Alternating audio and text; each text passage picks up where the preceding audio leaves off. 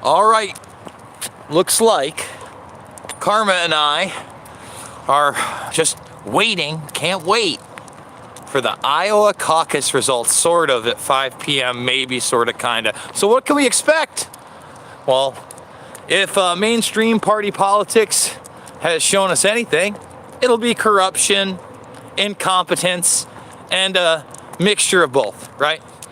So let's recap what we do know, what we reported very, very quickly in our Ask Me Anything earlier today, and where we're at today, or today. Now, the next afternoon, almost at 5 p.m., about an hour from now, is supposedly when they're going to drop. Now, some are saying they're going to drop half, some are saying they're going to drop most of the results, but all are saying litigation is more than likely inevitable, and it could be weeks or maybe even months before there is a true winner declared. Again, didn't stop Pete Bootlicker from declaring victory.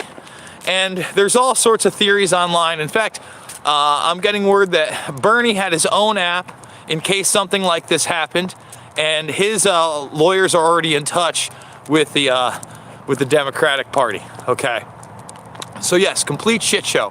What they would have loved to have happened is an Elizabeth Warren, Joe Biden runaway victory. Certainly, what they didn't want to see was Bernie run away with it, and strong showings from people like Tulsi Gabbard or Andrew Yang, where if you saw that clip with, who was it, Rick, one of the CNN guys, I think it's Rick or whatever, he was talking about how Joe Biden was being crushed by Andrew Yang. Crushed, Karma, crushed. And I really think that the results must have been so alarming that they were going to do everything they could to distort them, because we're hearing, Bootlicker said he was the winner, and now I'm hearing, Bootlicker and Bernie were like head to head, 1 and 2, who knows? But come on, guys, how many people out there are really voting Pete Bootlicker? Thumbs this video up as walk, guys, as we chat. And here's the next thing about Pete Bootlicker. What is the media running with right now? They're running with the Pete Bootlicker voter that wants to change her vote after she finds out that he's gay. Oh my goodness. Can we just get over somebody's sexual orientation? One of the most truthful things, and you can go look this up, that Pete Bootlicker has said on the campaign trail when they were asking him if he was elected president, how would he feel about being the first gay president? And he's like, well, come on. We've had gay presidents before. And all I can say is, well, that was pretty correct. If it's just so most people get a picture of this, and I'm not going to go extensively, we're not going to get into Obama's wife is a man, etc. But obviously, there was a lot of information out there and accusers that he is indeed a homosexual as well. That doesn't mean you don't have a wife and kids. For instance, let's not go the partisan line. There's an affidavit, a signed court affidavit, that George W. Bush was witnessed by, I forget what her name is, but a woman did this in court, was witnessed getting oral sex from Victor Ashe, one of his friends. And you got to remember, listen, I'm not trying to play into stereotypes here, but George W. Bush was a male cheerleader over there. Okay, you can see all that stuff. So he was Larry Sinclair was one of the accusers of Barack Obama. But like I've said before, there's plenty of information to suggest that yes, other presidents have indeed been gay. So yeah, let the media focus on that woman who wanted to change her vote and show how backwards America is, even in the Democratic Party. And that's kind of funny, right? Because it is within the Democratic Party that somebody would want to change their vote. That's a bad look for the Democrats. You probably won't see that on CNN or MSNBC, but they'll definitely play it up on, the controlled right-wing side of things, the Fox Newses, etc. I won't be surprised if tomorrow's News Today picks that one up and runs with it big time. Meanwhile, we have probably the worst case of out and out election fraud to kick off a presidential election ever, in your face. And I keep hearing from people, well, we can't do it this way or we can't do it that way, and if we do it with actual paper ballots, they just take them into a back room anyway. Why can't we standardize it? The technology is there where everybody can get a paper ballot, they can vote, there's cameras on the room streaming live for everybody to see at all times. That means the public has access to those rooms at all times.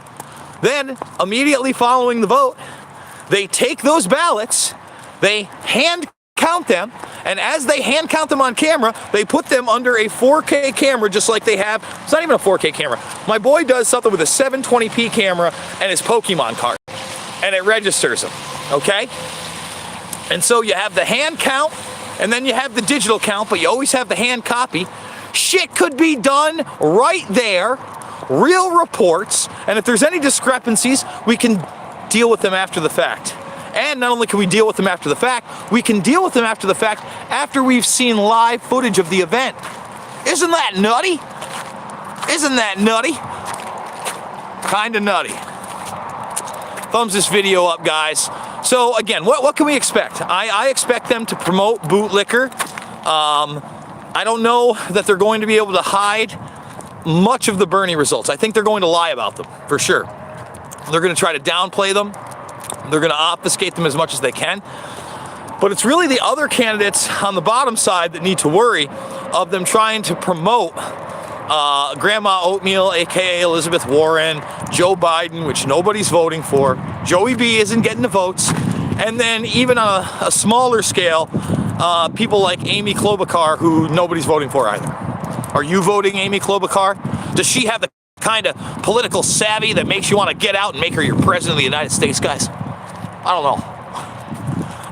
By the way, karma howling at me to go outside today. It is doom and gloom, but earlier it was actually kind of sunny out, and it's still above 40 degrees, which is absolutely incredible. And as you know, and if you don't know, Karma got the osteosarcoma diagnosis.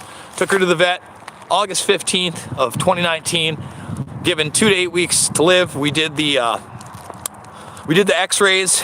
There may be a vet visit in her future because obviously she's doing much better than they thought, saying that the max was 8 weeks. They gave me dope meds for her. I did not use them. Like after the first 2 days, totally done with the dope meds.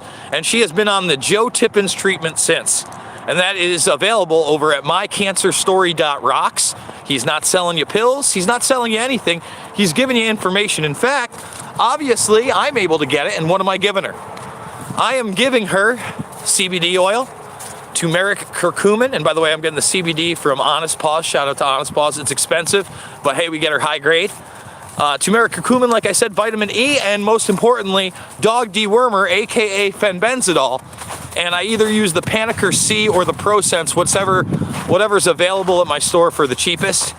And I give it to her every single day. He uses a treatment of 3 days on and 4 days off. You may want to go with that. But I'm just telling you, man, my dog is still here. She's still limping. I don't see, without some kind of a bone marrow transplant, to be honest, the part of her bone that was taken out from her right shoulder being repaired, hence that. But she's got a lot of energy, she's got a lot of love, and that Joe Tippins treatment has been absolutely amazing. I doubt she would be here today, so go check it out. I mean, it's. I didn't think she was even going to be here close to Christmas. Okay, let's be honest. Like they didn't even give me that long with my dog. So here we are in February, and she's kicking out the jams. It's really a blessing. So when I get back, if you are a Rockfin subscriber, rockfin.com, ROKFIN.com/Jason Bermas, there's a link below, or there should be. If you are a Rockfin subscriber, please check out live impeachment. That's what we're going to do when we get back. I can't do that sort of stuff on YouTube because I don't want to copyright infringement. I don't want to not be able to live stream to you guys. So what I'm doing there is stuff I can't do on this platform. And if you pay the $9.99 a month, it's not like a premium membership here or a YouTube thing. No, you get you actually get the content of everybody on it, and not everybody can sign up. They kind of contacted me, they've contacted others, and I really think Rokfin's a cool platform. So rokfin.com/Jason Bermas. Make sure you hit endorse me. There's still free stuff on there, so you can follow me without endorsing me. It's a cool platform. Okay, yeah, Glitch, just join up, man. You don't have to be a subscriber. You can just kind of follow me there and check out how cool Rokfin really is. That being said, I also have the GoFundMe, and make sure you thumbs this up, subscribe, and share if you're new to the Bermas Brigade. Let's hit 40K, and then we can talk about pushing to try to get to 50K subscribers. I love you guys, and I'll see you all on the flip.